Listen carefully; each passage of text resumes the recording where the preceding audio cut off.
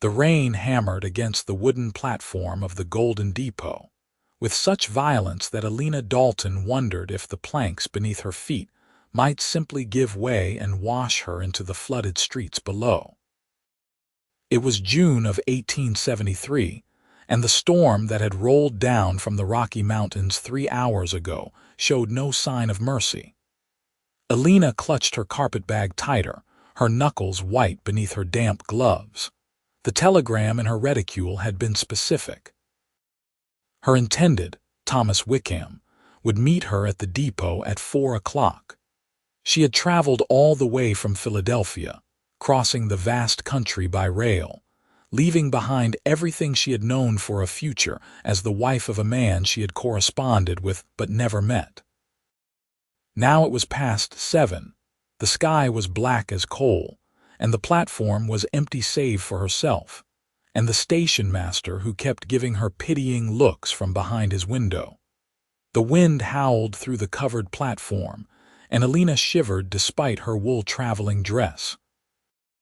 Water streamed from the roof in sheets, and lightning illuminated the mountains in the distance with startling clarity before plunging everything back into darkness. She had checked the address 3 times. Golden, Colorado territory. The depot. 4 o'clock. She had done everything right, followed every instruction, and yet here she stood alone as night fell and the storm raged. "Miss, you cannot stay here all night." The station master's voice carried over the thunder. "The last train left an hour ago. There will not be another until morning." "I am waiting for someone," Elena said, trying to keep the tremor from her voice. "He will come." The station master looked doubtful but retreated back into his office, leaving her alone with her thoughts and fears. What if Thomas had forgotten? What if he had changed his mind upon seeing her step off the train?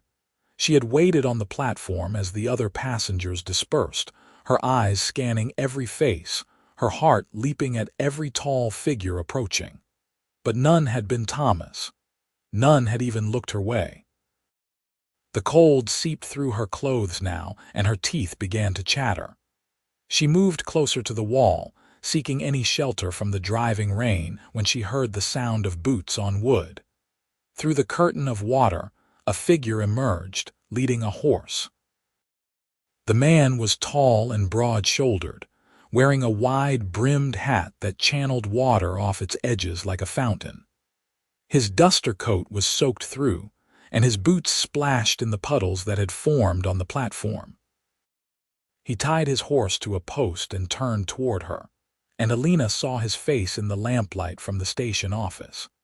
He was young, perhaps 25 or 26, with strong features and eyes that were startlingly blue even in the dim light. Dark hair stuck to his forehead beneath his hat, and there was a hardness to his jaw that spoke of difficult years despite his youth. "You are going to catch your death out here," he said, his voice deep and rough. His eyes moved from her face to her carpetbag and back again. "Waiting for the morning train." "I am waiting for someone," Elena replied, lifting her chin. She was 22 years old and had crossed half a continent. She would not be pitied by a stranger, no matter how miserable she felt. The cowboy studied her for a long moment, and something in his expression shifted. It was not quite sympathy, but it was not indifference either. "Whoever you are waiting for is not coming," he said quietly. "Not in this storm. The roads are washed out in 3 places between here and Denver. If your someone is trying to get here tonight, they are stuck somewhere between here and there, assuming they even tried." The words hit Elena like a physical blow. She had not wanted to acknowledge the thought that had been growing in her mind for the past 3 hours, but hearing it spoken aloud made it real. Thomas was not coming, not tonight, maybe not ever. "I see," she managed to say, though her voice sounded strange to her own ears. The cowboy removed his hat and beat it against his leg, sending water flying. "There is a boarding house 2 streets over. Mrs. Patterson keeps clean rooms and serves hot meals. You should go there." "I do not have much money," Elena admitted, the words tasting like ash. She had spent most of her savings on the train ticket, keeping back only enough for emergencies. She had not anticipated that her arrival would be an emergency in itself. "Mrs. Patterson is decent folk," the cowboy said. "She will not turn away a woman stranded in a storm." He paused, then added, "I will walk you there. These streets are not safe after dark, especially not in weather like this." Elena wanted to refuse, wanted to maintain some shred of pride, but another crack of thunder shook the platform and her resolve crumbled. "Thank you," she said softly. The cowboy untied his horse and led it with one hand while offering Elena his arm with the other. She hesitated only a moment before taking it, and they stepped off the platform into the deluge. The streets of Golden were rivers of mud, and within seconds, Elena's skirts were soaked and heavy. The cowboy walked slowly, keeping her steady as she struggled through the mire. His horse followed placidly, apparently accustomed to such conditions. They passed darkened storefronts and a saloon from which light and noise spilled into the street. Men's voices raised in song or argument. Elena could not tell which. The cowboy steered her past it without comment, and 2 streets later they arrived at a neat 2-story house with a painted sign that read Patterson's boarding house. The cowboy tied his horse to the rail and helped Elena up the steps. He knocked firmly on the door, and after a moment, it opened to reveal a plump woman in her 50s with kind eyes and gray hair pinned in a bun.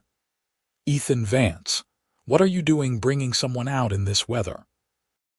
She scolded, but her eyes softened when she saw Elena's bedraggled state. "Oh, you poor dear, come in, come in." "She was stranded at the depot," Ethan said simply. "Can you put her up for the night?" "Of course I can," Mrs. Patterson said, ushering Elena inside. The warmth of the house enveloped her like a blanket, and she nearly wept with relief. "You just come right this way. I will get you some dry clothes and hot tea." Elena turned back to thank Ethan, but he was already gone, disappeared back into the storm with his horse. She saw only his shadow moving past the window, and then he was swallowed by the darkness. Mrs. Patterson led Elena upstairs to a small but clean room with a bed covered in a bright quilt. She brought towels and a nightdress, and within the hour, Elena was dry, warm, and sitting by a small stove with a cup of tea in her hands. The storm still raged outside, but the boarding house felt like a sanctuary. "Now then," Mrs. Patterson said, settling into a chair across from Elena.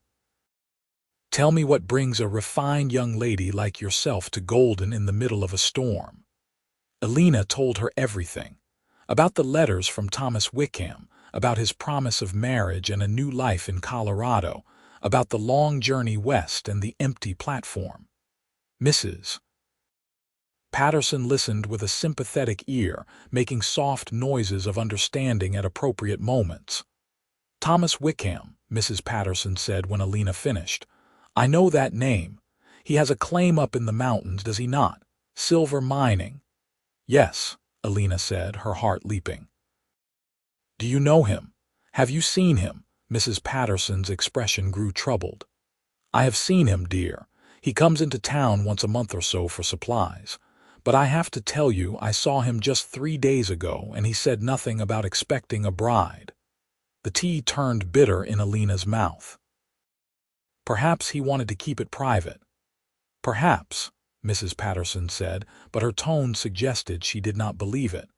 "Or perhaps there has been some misunderstanding. Men can be unreliable creatures, especially the ones who spend too much time alone in the mountains. They get ideas in their heads that do not match up with reality." Elena set down her teacup with trembling hands. She had given up everything for this. Her position as a governess in Philadelphia, her modest savings, the safe and predictable life she had known. All for letters that had promised adventure and love and a future. Letters that now seemed like empty words on paper. "What will I do?" she whispered. "For tonight you will sleep. Mrs. Patterson said firmly. "Tomorrow, when the storm has passed, we will figure things out. Golden is a small town, but there are opportunities for a woman with sense and education. You will not starve, my dear. I promise you that." Elena did sleep, though her dreams were troubled. She woke to sunlight streaming through the window and the sound of voices below. When she dressed and went downstairs, she found the boarding house parlor full of activity. 3 other boarders sat at the dining table eating breakfast, and Mrs. Patterson was serving coffee with practiced efficiency. "There you are, dear," Mrs. Patterson said. "Come eat something. You will feel better with food in your stomach." Elena sat and accepted a plate of eggs and biscuits, though she had little appetite. The other boarders introduced themselves. 2 were prospectors heading into the mountains, and the third was a merchant passing through on his way to Denver. They were polite but incurious, focused on their own concerns. After breakfast, Elena helped Mrs. Patterson clear the dishes, grateful for something to do with her hands. As they worked, there was a knock at the door. Mrs. Patterson went to answer it, and Elena heard a familiar, deep voice. "Morning, Mrs. Patterson. I came to check on the lady from last night." Elena's pulse quickened as she recognized Ethan Vance's voice. She dried her hands on her apron and went to the doorway. Ethan stood on the porch, hat in hand, looking considerably better than he had in the storm. His dark hair was combed back, and his blue eyes were clear and direct. He wore clean clothes, a blue shirt and dark trousers with worn but well-maintained boots. There was a holster at his hip, but the gun it held looked more like a tool than a threat. "Good morning," Elena said, unsure what else to say. "Morning, miss," Ethan replied. He looked at Mrs. Patterson. "I thought she might need help getting to wherever she was planning to stay. The roads are better today, but they are still rough." "That is very kind of you, Ethan, Mrs. Patterson said. "But I think Elena might be staying with me for a bit, at least until she sorts out her situation." Ethan's eyes moved back to Elena, and she saw understanding in them. "The person you were waiting for did not come," Elena finished. "And apparently may have forgotten that I was coming at all." Something flickered in Ethan's expression, anger perhaps, or disgust. "That is a low thing to do to a woman," he said. "Bring her all this way and then not even have the decency to meet her." "We do not know that is what happened," Elena said, though even to her own ears it sounded like a weak defense.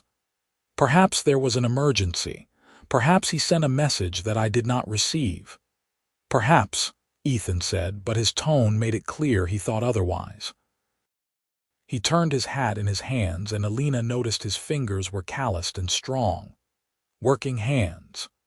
"Look, I know this is not my business, but if you need help finding this Thomas Wickham, I know the territory. I could take you up to his claim if you want to know for certain." Elena blinked in surprise. "You would do that for a stranger?" "I would do it because it is the right thing to do," Ethan said simply. "You came all this way. You deserve to know the truth one way or another." Mrs. Patterson looked between them, her expression thoughtful. "Ethan Vance, you are a good man. Your mother raised you well." A shadow passed over Ethan's face at the mention of his mother, but it was gone quickly. "I can take you tomorrow if the weather holds. It is a half-day ride up into the mountains. We would need to leave early." Elena's mind raced. Part of her wanted to refuse, to preserve what little remained of her dignity. But a larger part needed to know, needed to understand what had happened and why Thomas had not come. "Yes," she said, "I would appreciate that very much." Ethan nodded. "I will come by at first light." "Wear something practical if you have it. The mountain trails are rough." After he left, Mrs. Patterson gave Elena a knowing look. "That boy has a good heart," she said. "Lost his parents to fever 2 years back. Runs their ranch by himself now and does a fine job of it too. Works harder than any 3 men I know." Elena absorbed this information quietly. She spent the rest of the day helping Mrs. Patterson around the boarding house, grateful for the distraction. The older woman found her a split skirt and a practical blouse, more suitable for riding than Elena's traveling dress. That night, Elena lay awake staring at the ceiling, wondering what she would find at Thomas Wickham's claim, wondering if she was making a terrible mistake by going at all. When the knock came at dawn, Elena was already dressed and waiting. Ethan stood on the porch with 2 horses, his own large bay and a smaller chestnut mare. "She is gentle," he said when he saw Elena looking at the mare. "Her name is Rosie. She will take good care of you." Elena had ridden as a child, though not in many years. She approached the mare and stroked her nose, and Rosie whickered softly. "Hello, Rosie," Elena murmured. Ethan helped her mount, his hand steadying her as she found her seat. Once she was secure, he swung onto his own horse with practiced ease. "It is about 15 miles, he said.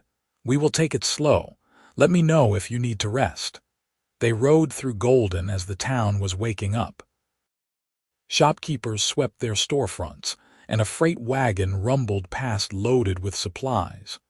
The storm had left everything clean and fresh, the air crisp with the scent of pine from the mountains. As they left the town behind, the trail began to climb, winding through stands of aspen and pine. The morning sun painted everything gold, and despite her anxiety, Elena found herself breathing easier in the vast openness of the landscape. Ethan rode slightly ahead, his posture relaxed but alert. He pointed out landmarks as they went, a distinctive rock formation, a meadow where elk came to graze, a stream that ran with snowmelt year-round.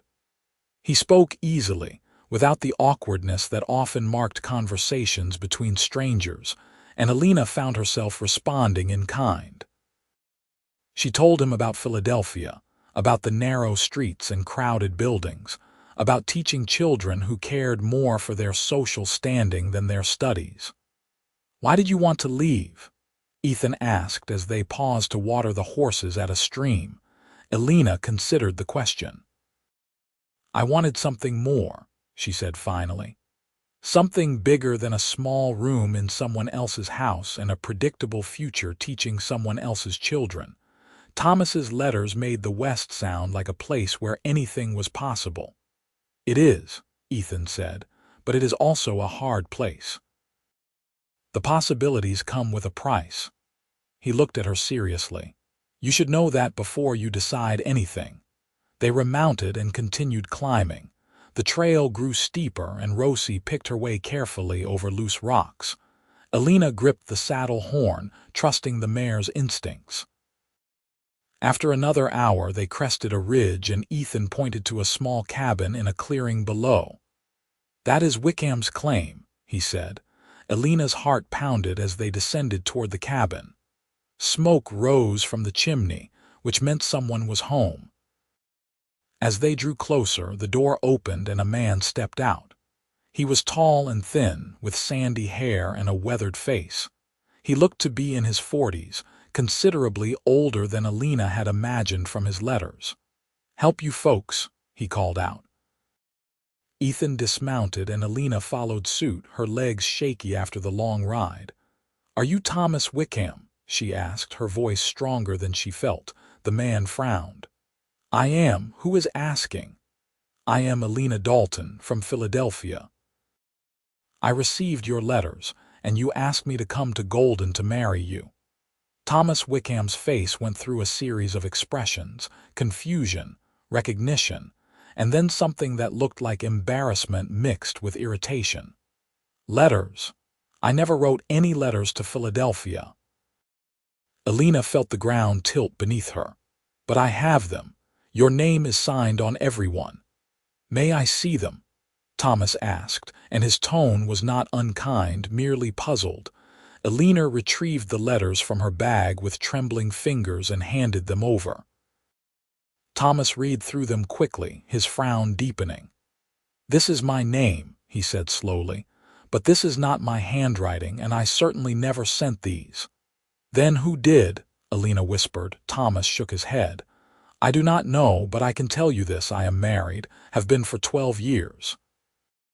My wife is in town visiting her sister, or you could ask her yourself." The world spun, and Elena grabbed Rosie's saddle to steady herself. Someone had used Thomas Wickham's name. Someone had written those letters, made those promises, and convinced her to travel across the country for a future that had never existed. She felt sick. Ethan's hand was suddenly on her arm, steadying her. "Did you get any money from this?" he asked Thomas, his voice hard. "Not a cent," Thomas said. He looked at Elena with genuine sympathy. "Miss, I am sorry someone did this to you. It is a cruel trick, but I swear on my life it was not me." Elena believed him. She could see the truth in his eyes, hear it in his voice. Which meant the real question was who had done this and why. "The letters were postmarked from Denver," she said numbly. "I sent my replies to a post office box there." "Could be anyone then," Ethan said grimly. "Someone playing a game or running some kind of scheme. But what was the scheme?" Elena asked. "They got no money from me. I have nothing worth stealing." No one had an answer to that. Thomas offered them coffee, which they refused, and then they were riding back down the mountain. Elena felt numb, barely aware of the trail or the passage of time. Everything she had believed, every plan she had made, all of it had been built on lies. She had no idea what to do next. They were halfway back to Golden when Ethan spoke. "There is work available if you want to stay," he said quietly. "Mrs. Patterson could use help at the boarding house. Or the schoolmarm in town just married and moved to Denver. They need someone to teach until they can find a permanent replacement." "Why are you helping me?" Elena asked, her voice raw. "You do not know me." Ethan was silent for a long moment. "My mother was a teacher," he said finally. "Back in Missouri before we came west. She taught me to read and write, taught me about literature and history and all the things that make life more than just surviving. When she and my father died, I thought about giving up, selling the ranch and drifting. But I heard her voice in my head, telling me that we make our own futures, that we do not let circumstances define us." He looked at Elena directly. "You came all this way looking for something better. Maybe it was not what you expected, but that does not mean you cannot find it." Something in Elena's chest loosened at his words. She straightened in the saddle. "I would like to meet with the school board," she said, "if you think they would consider me." A slow smile spread across Ethan's face, transforming it from merely handsome to something that made Elena's breath catch. "I think they would be lucky to have you," he said. They rode back to Golden in the afternoon light, and Elena felt something shift inside her. The future she had imagined was gone, but perhaps there was a different future waiting. One she had not expected but might be just as good, or perhaps even better. Mrs. Patterson was delighted at the prospect of Elena staying and teaching.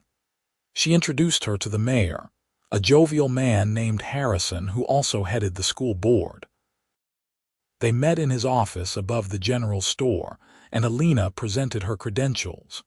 She had letters of reference from the family she had worked for in Philadelphia, and she spoke eloquently about her teaching philosophy and experience. "When can you start?" Harrison asked when she finished. "As soon as you need me," Elena replied. "How about Monday? That gives you 3 days to settle in and prepare." Elena agreed, feeling a flutter of excitement mixed with nervousness. As she left the mayor's office, she nearly collided with Ethan, who was coming up the stairs. "How did it go?" he asked. "I start Monday," Elena said, unable to keep the smile from her face. "That is wonderful," Ethan said, and the warmth in his voice made her heart skip. "I was hoping you would say that. I brought you something." He handed her a package wrapped in brown paper. Elena opened it to find 3 books, worn but well cared for. Shakespeare's sonnets, a volume of Emerson's essays, and a collection of Western tales. "These are beautiful," she breathed, "but I cannot take your books." "They were my mother's," Ethan said. "She would want them to go to someone who appreciates them. Consider it a gift to welcome you to Golden." Elena traced the embossed cover of the Shakespeare with her finger. The gesture was more personal than anything Thomas Wickham had written in those false letters, more real. "Thank you," she said softly. "I will treasure them." They stood there on the stairs, neither quite willing to move, until someone cleared their throat behind them, and they had to make way for a customer heading to the store below. Over the next few days, Elena threw herself into preparing for her new position. The schoolhouse was a simple building on the edge of town, with rows of wooden desks and a blackboard that needed replacing. There were 20 students enrolled, ranging from 6 to 14 years old. Elena organized lessons, planned curricula, and tried not to think about how her life had changed so drastically in less than a week. Ethan came by the schoolhouse on Saturday afternoon and found her sweeping the floor. "You do not have to do that," he said from the doorway. "The students take turns with cleaning." "I do not mind," Elena said. "It helps me think." Ethan leaned against the door frame, watching her work. "Have you had any more thoughts about those letters, about who might have sent them?" Elena had thought about little else when she was not planning lessons. "I keep wondering if it was someone who knew me in Philadelphia, someone who wanted me to leave, but I cannot think of anyone who would go to such lengths." "Maybe it was not about you specifically," Ethan suggested. "Maybe someone was sending letters to multiple women, using different names, and you were just unlucky enough to respond." It was a disturbing thought, that somewhere in Denver there might be someone preying on women, luring them west with false promises. "Should we tell the marshal?" "Probably," Ethan said. "Though I do not know what he could do about it. Post office fraud is a federal matter, and the nearest federal marshal is in Denver." Elena set aside the broom and sat on one of the desks. "I keep thinking about how foolish I was. How I believed everything those letters said without question." "That does not make you foolish," Ethan said firmly. "It makes you hopeful.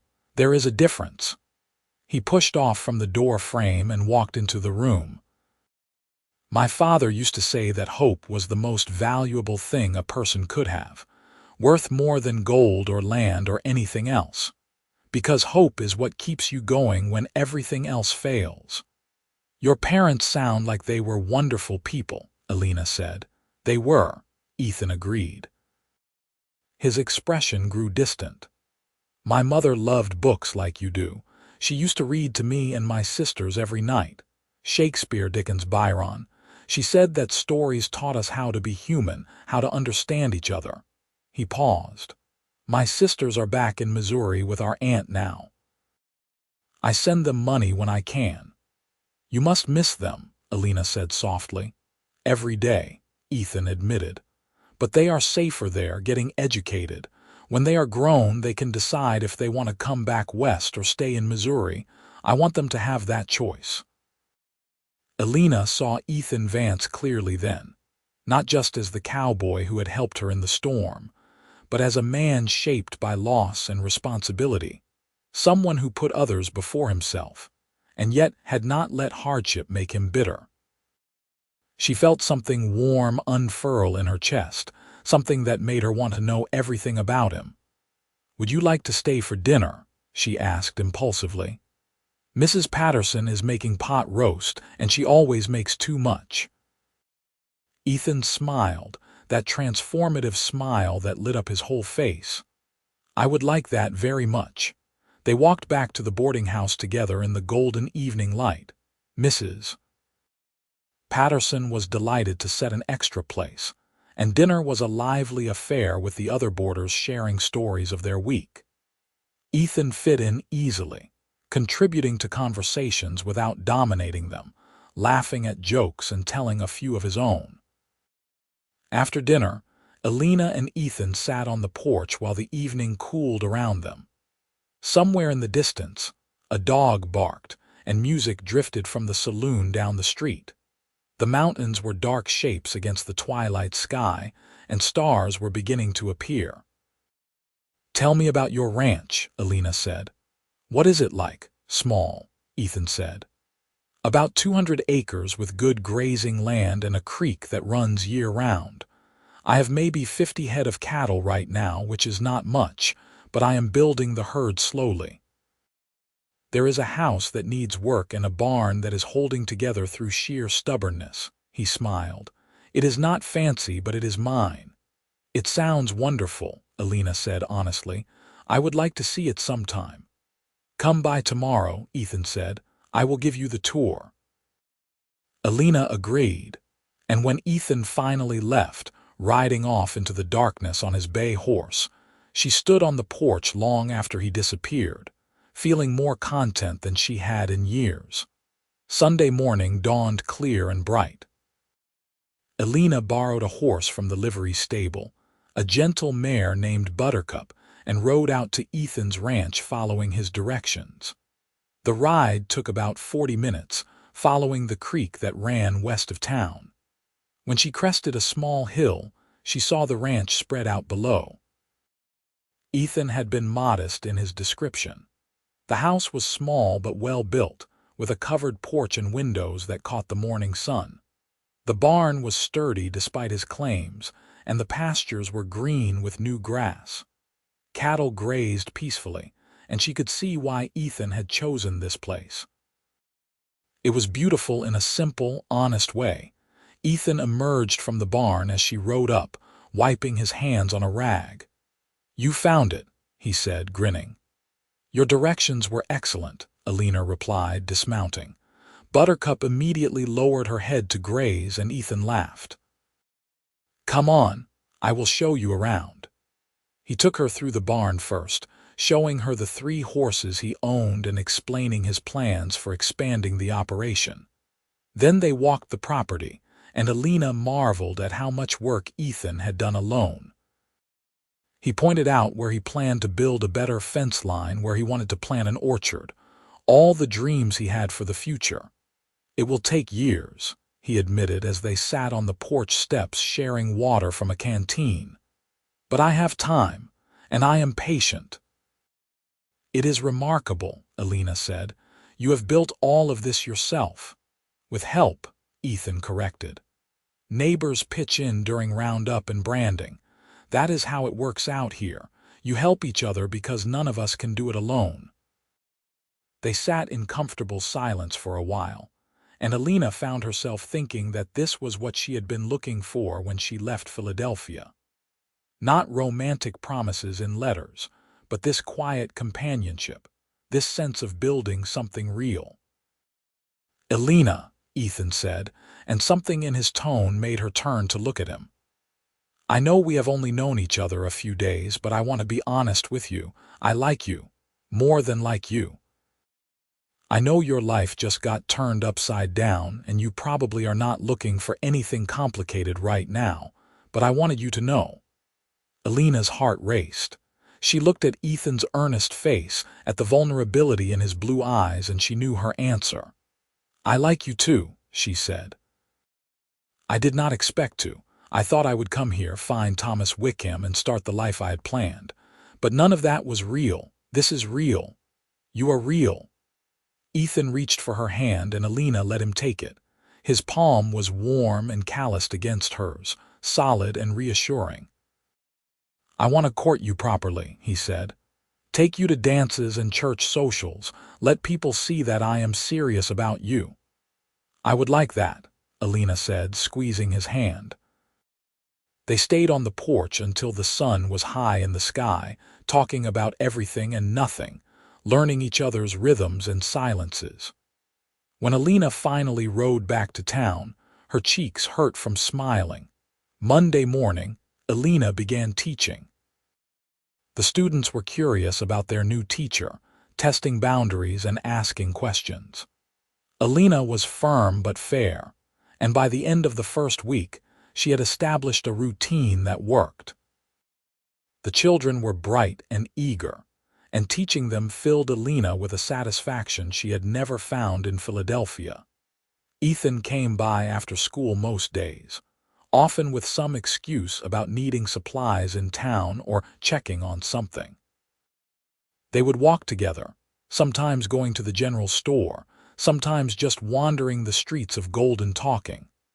On Friday, he took her to a barn dance at the Harrison farm, and they danced until Elena's feet hurt and her face was flushed with happiness. People in town began to notice. Mrs. Patterson certainly did, giving Elena knowing looks whenever Ethan came by. The mayor's wife made a point of inviting Elena to tea and casually mentioning what a fine young man Ethan Vance was. Elena endured the matchmaking with good humor, knowing it came from kindness. 6 weeks after Elena arrived in Golden, Ethan took her on a picnic up in the foothills. They rode together to a meadow filled with wildflowers, where he spread a blanket and unpacked food Mrs. Patterson had prepared. They ate and talked and watched clouds drift over the mountains. "I love you," Ethan said suddenly, setting down his sandwich. "I know it is fast, but I am not a man who says things I do not mean. I love you, Elena Dalton." Elena's breath caught. She looked at this man who had found her stranded in a storm and shown her nothing but kindness and honesty since. Who made her laugh and challenged her thoughts and looked at her like she was something precious. "I love you too," she said. "I think I have since that first night when you walked me through the rain to safety." Ethan kissed her then, gentle and sweet, and Elena felt like she was finally home. Not in Philadelphia, not in some imagined future with Thomas Wickham, but here in this moment with this man. "Marry me," Ethan said when they broke apart. "I do not have much to offer yet, but I will work every day to give you the life you deserve. I promise you that." "Yes," Elena said without hesitation. "Yes, I will marry you." They rode back to Golden in the evening light, and Elena felt like she was floating. When they told Mrs. Patterson, the older woman actually cried with happiness. "I knew it," she said, hugging them both. "From the moment I saw Ethan bring you to my door, I knew." They were married a month later in the small church in Golden. Elena wore a simple dress of cream linen that Mrs. Patterson helped her sew, and Ethan wore a new suit that the tailor had made for the occasion. The church was packed with people from town and surrounding ranches, all eager to witness the union. The mayor performed the ceremony, and when he pronounced them husband and wife, the congregation erupted in cheers. The reception was held at the boarding house, spilling out into the street with tables of food and a fiddler playing lively tunes. People danced and laughed, and Elena thought her heart might burst from happiness. This was nothing like the formal, stiff wedding she had attended in Philadelphia. This was real and warm and full of life. When the party finally wound down, Ethan took Elena home to the ranch. He had been working for weeks to prepare, adding feminine touches to the house, hanging curtains and putting flowers in vases. Elena walked through each room, marveling at the care he had taken. "It is perfect," she said, turning to him with tears in her eyes. "You are perfect," Ethan replied, pulling her into his arms. They stood together in the house they would share, beginning the life they would build together. The future stretched out before them, unknown but no longer frightening. Whatever came, they would face it side by side. That first year of marriage was hard work but filled with joy. Elena continued teaching, riding into town each morning and returning each evening to help Ethan with the ranch. She learned to cook on a wood stove, to tend a garden, to help with branding and fencing. Her hands grew calloused and her skin tanned, and she had never felt more alive. Ethan was an attentive husband, thoughtful and loving. He brought her wildflowers for no reason, read poetry aloud in the evenings, and made her laugh with stories about his day. They talked about everything, from politics to philosophy to their dreams for the future. At night, they held each other close and gave thanks for the storm that had brought them together. In the spring of 1875, Elena discovered she was pregnant. She told Ethan one evening as they sat on the porch watching the sunset. He stared at her for a moment, then swept her up in his arms and spun her around, whooping with joy. Mrs. Patterson cried again when they told her, and the entire town seemed to celebrate with them. The pregnancy was easier than Elena had feared.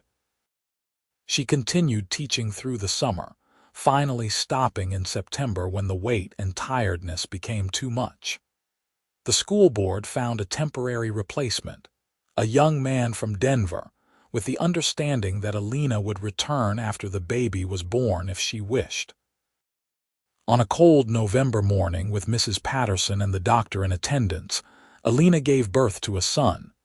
He was red-faced and loud, with a full head of dark hair and lungs that worked perfectly. Ethan held his son with shaking hands, tears streaming down his face. "What should we name him?" he asked. Elena had thought about this for months. "James," she said, "after your father." Ethan looked at her with such love and gratitude that Elena felt tears spring to her own eyes. "James Vance," he said softly. "Welcome to the world, son." Baby James was a good child, curious and happy. As he grew, he showed signs of his father's stubbornness and his mother's intelligence. Elena and Ethan marveled at every milestone, every new tooth and first word. The ranch prospered, the herd growing as Ethan's careful management paid off. They were not wealthy, but they were comfortable, and more importantly, they were happy. When James was 2, Elena discovered she was pregnant again. This time the baby was a girl, born on a beautiful spring day in 1877. They named her Clara, after Ethan's mother. Clara had her mother's green eyes and her father's smile, and she completed their family in a way Elena had not known was missing. The years flowed by, marked by the rhythms of ranch life and the growth of their children. James learned to ride before he could properly walk, sitting in front of his father on the big bay horse. Clara was more cautious but equally determined, insisting on doing everything her brother did. Elena returned to teaching part-time, bringing both children with her to the schoolhouse when they were old enough. They sat in the front row and learned their letters alongside the other students. In 1880, Ethan's sisters came to visit from Missouri. Sarah was 18 now, and Margaret was 16. They stayed for the entire summer, and Elena watched Ethan's face light up as he showed them everything he had built. The girls fell in love with the ranch and with Colorado, and when summer ended, they asked if they could stay permanently. Ethan and Elena welcomed them with open arms, adding 2 more bedrooms to the house to accommodate everyone. Sarah became Elena's right hand, helping with the children and the house while also pursuing her own interests in animal husbandry. Margaret had their mother's love of books and spent hours in the schoolhouse, eventually becoming Elena's official teaching assistant. The house that had once seemed so small now overflowed with life and laughter. On their 10th wedding anniversary, Ethan took Elena back to the meadow where he had proposed. The children were with Sarah and Margaret, giving them a rare day alone together. They spread a blanket in the same spot, surrounded by the same wildflowers, and Ethan pulled out a small box. "I never gave you a proper ring," he said. "We could not afford it back then, but I have been saving." Inside the box was a simple gold band with a small diamond. It was not ornate or expensive, but it was beautiful. Elena let Ethan slip it onto her finger beside her plain wedding band, and she could not stop looking at it. "I do not need things," she said, looking up at him. "I just need you." "I know," Ethan said, "but I wanted you to have this, a symbol of everything we have built together." Elena kissed him, tasting salt from both their tears. "Do you ever think about that night?" she asked. "The storm." "Every day," Ethan admitted. "I almost did not stop at the depot. I was just going to ride straight home, but something made me check, and there you were." "Fate," Elena said. "Or luck," Ethan replied. "Either way, I am grateful." They lay on the blanket watching clouds drift by just as they had 10 years earlier. So much had changed, but the core of it remained the same. They had each other, and that was everything. By 1885, James was 10 and Clara was 8. The ranch had grown to over 500 acres with a substantial herd. Ethan had hired 2 ranch hands to help with the work, and Sarah had married one of them, a good man named Daniel who treated her like a queen. Margaret was courting the new doctor in town, a young man from Boston who had come west seeking adventure and found love instead. Elena had become a fixture in Golden's community. She served on the school board now, helping to shape education policy for the entire district. She organized charity drives and social events, always with Ethan's steady support. They were respected and loved, known for their generosity and integrity. On a warm summer evening, the entire family gathered on the expanded porch for dinner. Sarah and Daniel, Margaret and her doctor, James and Clara, and Ethan and Elena. Mrs. Patterson had come out from town, as she often did, bringing fresh bread and her infectious laugh.